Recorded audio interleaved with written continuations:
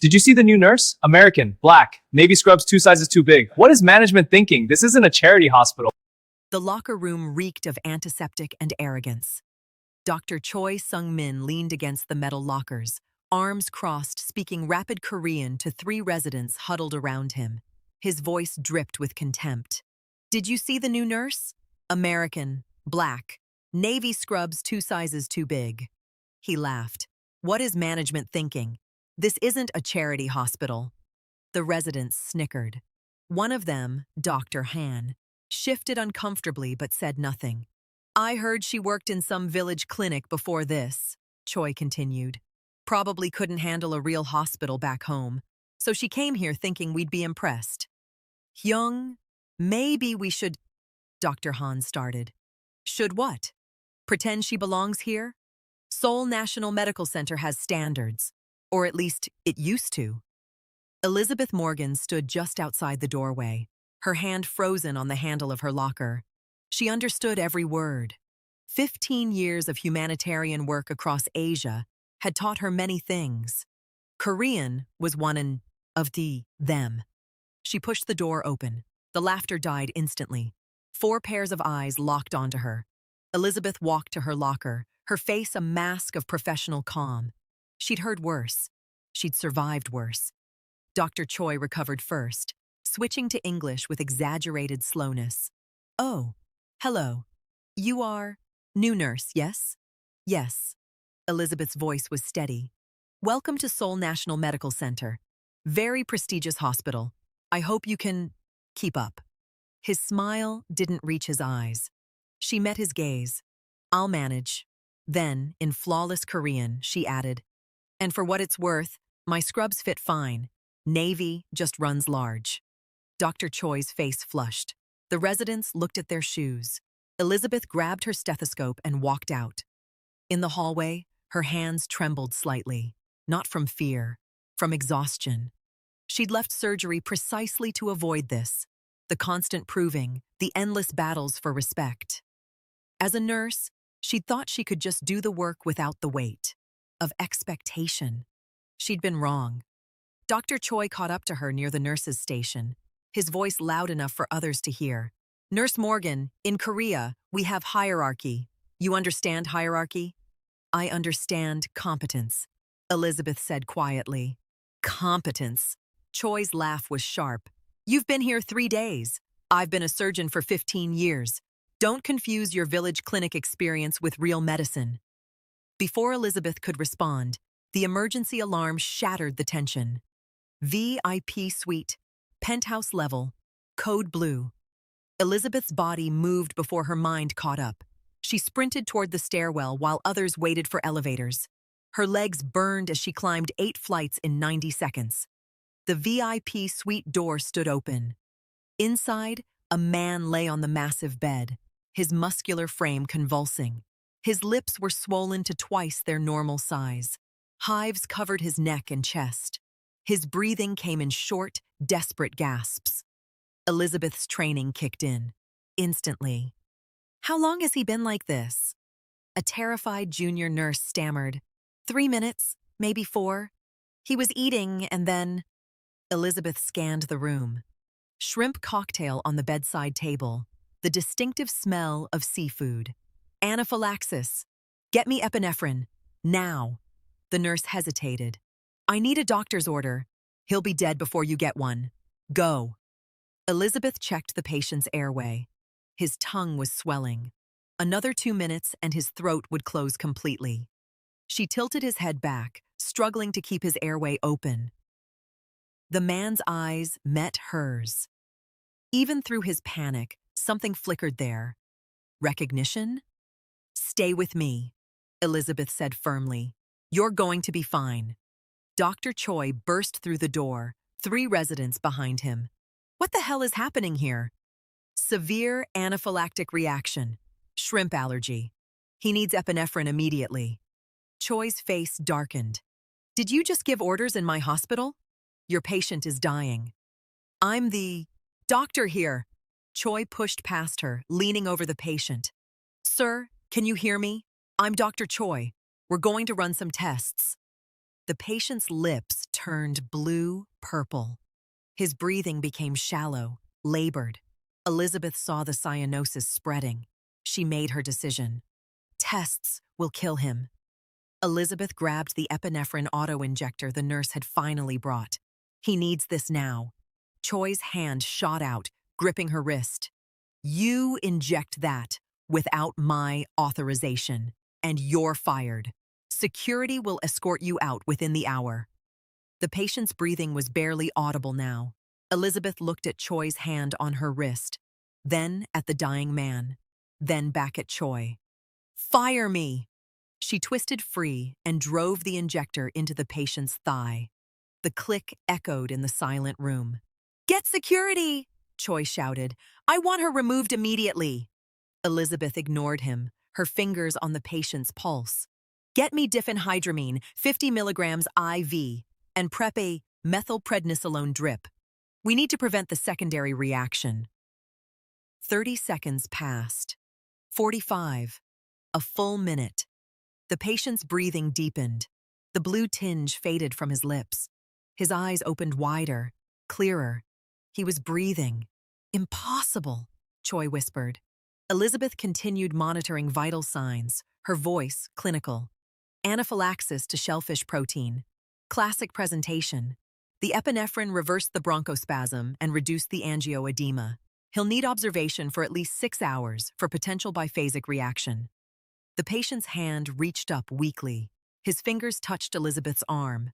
When he spoke, his voice was hoarse but unmistakable. Dr. Morgan? The room went silent. Elizabeth Morgan? Choi's mouth fell open. The residents froze. Even the nurse stopped moving. The patient's eyes filled with tears. You saved my life. Again. Elizabeth's throat tightened. 4 years collapsed into seconds. The man on the bed wasn't just any patient. Park Min-ho, construction magnate. She'd met him once, covered in blood and concrete dust, half dead in an Indonesian village with no electricity and even less hope. Dr. Choi found his voice first. You know each other. Min-ho struggled to sit up, his breathing still labored but stable. Know her? This woman performed emergency brain surgery on me with a drill borrowed from a hardware store. The residents exchanged glances. Dr. Han's eyes widened. There was no neurosurgeon, Elizabeth said quietly. No CT scan, just a hematoma that would have killed you in an hour. Min-ho's laugh was weak but genuine. 7 hours of surgery under a camping lantern.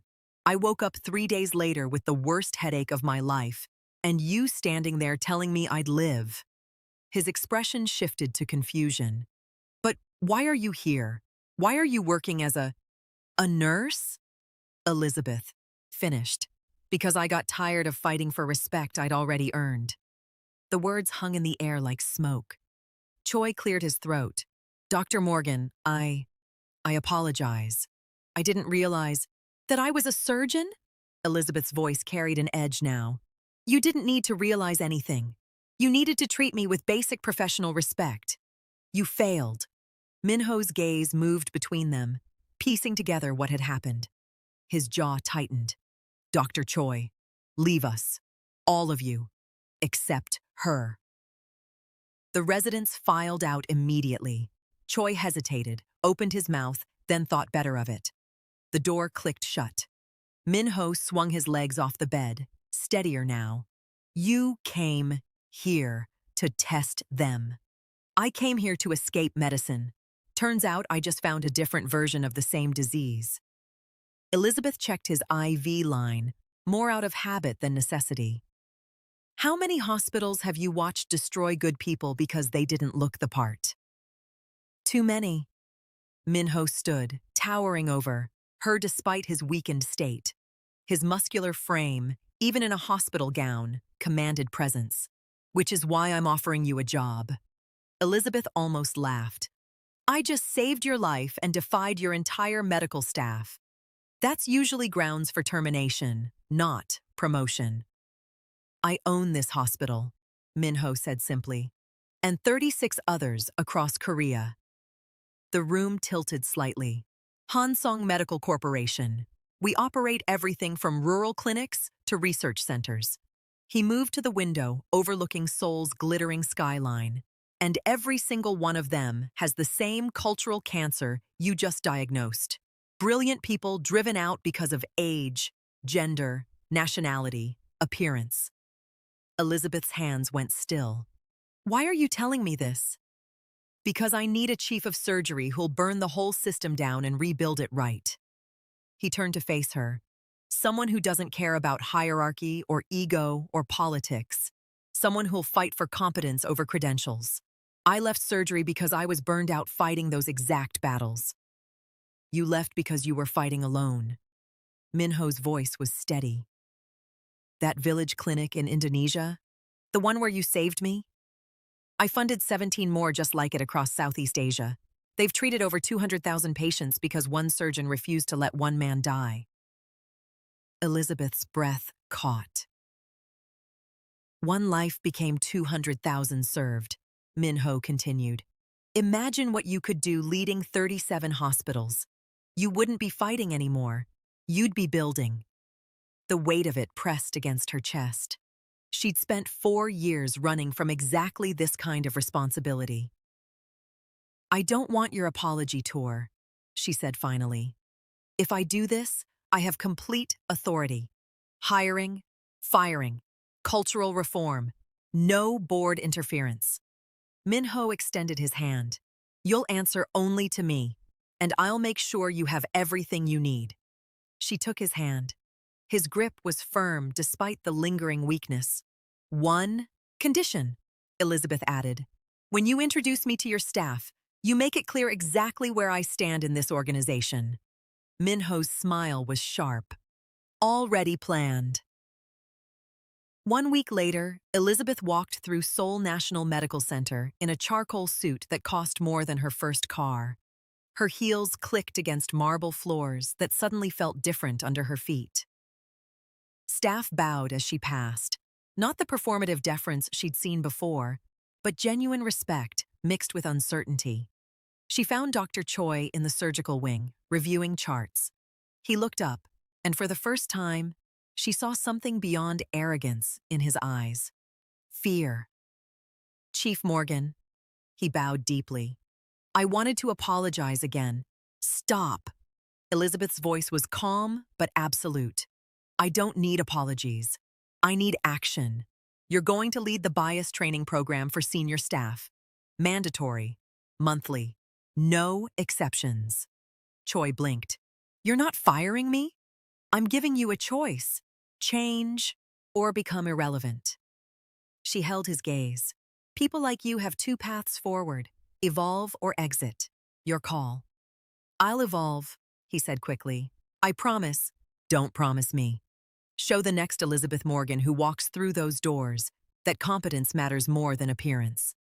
She left him standing there and headed to the executive floor. Minho waited in the glass-walled conference room, his muscular frame back to full strength. Behind him, Seoul sprawled endlessly. Think you can handle 37 hospitals? He asked. Elizabeth looked out at the city. Somewhere down there, another talented person was being dismissed, underestimated, driven away. Tomorrow, they wouldn't be. One saved life became 200,000 served, she said.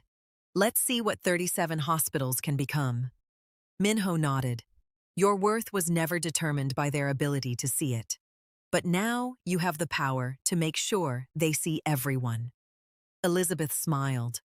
Not the careful, professional smile she'd worn as a nurse, the real one. Let's get to work.